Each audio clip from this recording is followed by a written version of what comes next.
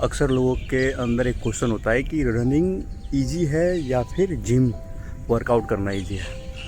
तो हालांकि दोनों अपने अपने अलग लेवल पे अगर आप सोचोगे ना किसी चीज़ को लेके, सपोज करो मैं अभी वर्कआउट के बारे में सोचता हूँ और वर्कआउट कर रहा हूँ, तो बीच बीच में आप रेस्ट ले सकते हो। बट रनिंग में ऐसा बिल्कुल नहीं है। आप बीच में एक फिनिश लाइन कंप्लीट करने के बाद ही रेस्ट लेते हो, और उस टाइम जो हार्ट रेट होता है ना, वो एक सिमेट्रिक वे में चलता है। जब जैसे आप रनिंग करते हो तो 2 से 3 किलोमीटर में तो इतना ज़्यादा कोई इश्यूज नहीं होते हैं अगर आप कंटिन्यू कर रहे हो तो।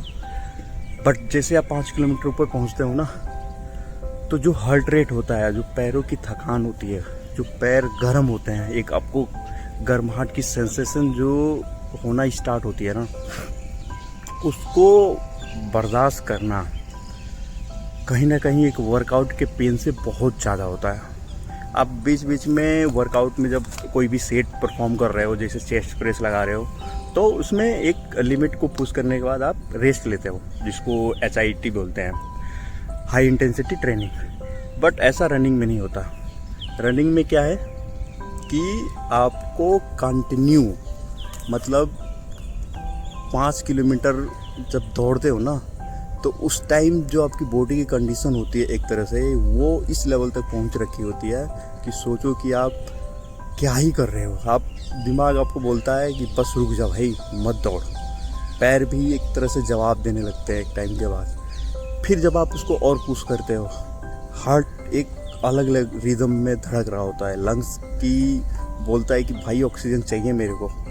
तो इस लेवल की बॉडी में जो हलचल सी होती है ना रनिंग से, वो वही बंदा समझ सकता है जो 5 किलोमीटर 1 गो में दौड़ रहा है। अभी मैंने अप्रोक्स 5.5 किलोमीटर के आसपास रनिंग किया, और 4.5 के बाद पहुंचने के बाद मतलब बॉडी जवाब देना शुरू कर देता है। आपकी सांसें जो एक रिदम के साथ जो चल रही होती हैं, वो कहीं ना कहीं थोड़ा उस पर दबाव आने लगता है कि और चाहिए ऑक्सीजन।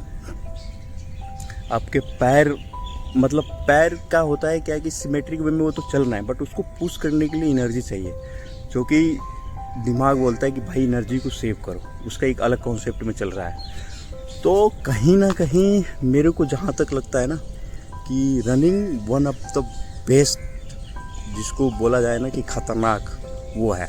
हालांकि और भी बहुत सारे स्पोर्ट्स है, स्विमिंग हो गई, साइकिलिंग हो गई, उसमें कहीं ना कहीं बॉडी को और भी चीज़ों को रेस्ट मिल जाती है। स्विमिंग में तो एक डेंजरस होता है कि आप नदी में, स्विमिंग पूल में या फिर समुंदर में, जो आयरन मैन दौड़ते हैं, मैराथन दौड़ते हैं, आयरन मैन में स्विमिंग होती है, तो उसमें रेस्ट नहीं कर सकते आप। मतलब अगर आप बहुत प्रैक्टिस है तो थोड़ा बहुत उसमें रेस्ट मिल जाती है। बट रनिंग में तो आपको कंटिन्यू परफॉर्म करते रहना है, पैरों को आपको दौड़ते रहना है।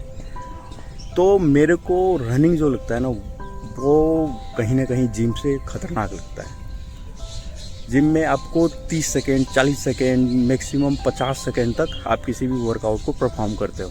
बट यहाँ पे कंटिन्यू आप 1-1 घंटा रनिंग करते हो। 1-1 घंटा आपकी हार्ट बीट जो है एक रिदम के साथ धड़क रहा है, आपके पैर एक रिदम के साथ आगे बढ़ रहा है, आप एक सांस एक रिदम के साथ ले रहे हैं। उसमें भी अगर जैसे जैसे थकते जाते हैं, जैसे जैसे डिस्टेंस कंप्लीट करते जाते हैं, तो वो बढ़ते जाता है, शरीर जवाब देना शुरू कर देता है। स्टार्टिंग आपकी पैर से होती है, पैर गर्म होता है, और धीरे धीरे आपकी बॉडी जो लगती है कि बस भाई रुक जा।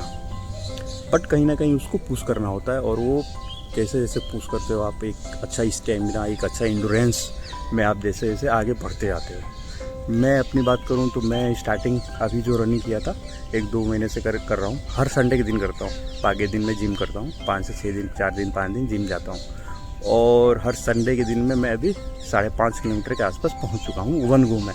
ऐसा नहीं है कि रेस्ट करके मेरे को रन करना है, बट मेरा जो गोल रहता है वो 5 किलोमीटर से अब मेरे को क्रॉस करना है, 6, 7, 8। तो स्टार्टिंग में क्या होता है कि आपको 5 किलोमीटर तो इजीली क्रॉस कर लेते हो। अब जैसे जैसे आगे बढ़ते हो ना भाई, फट जाती है। क्योंकि मैं 3 साल 4 महीने के आसपास हो गए मेरे को जिम करते हुए, और रनिंग मैंने अभी से स्टार्ट किया। और अभी से स्टार्ट करने के बाद मतलब इतना इंड्योरेंस हो गया है कि 5 किलोमीटर में मेरे को सोचना नहीं पड़ता है। तो ये चीज़ें हैं।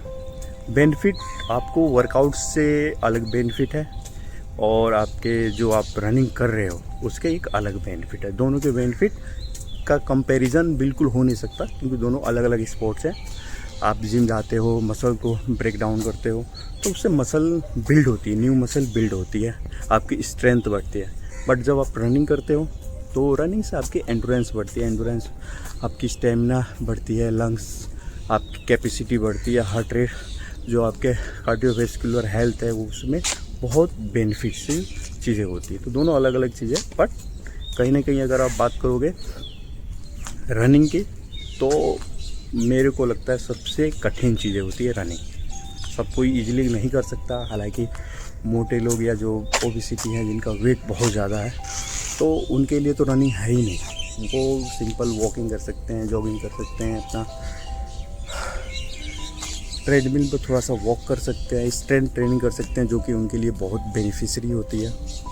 तो आज का वीडियो बनाने का यही पर्पज़ था कि रनिंग और अपना जिम वर्कआउट दोनों में डिफरेंस क्या है और दोनों कितना कठिन है। तो मेरे को जो लगता है कि अगर 10 में से रेटिंग देते हो ना हार्डनेस की, तो 9 तो मान लो कि आपकी रनिंग है, 6-7 के आसपास आपका वर्कआउट आता है। हालांकि दोनों के बेनिफिट अलग अलग हैं, बट कंपैरिजन हार्डनेस की वो रनिंग ज़्यादा है। तो आई होप आप लोग को ये वीडियो पसंद आया होगा। चैनल पर नए हैं तो सब्सक्राइब कीजिए। मिलेंगे नेक्स्ट वीडियो में ऐसे ही कोई इन्फॉर्मेटिव टॉपिक के साथ। Thank you guys.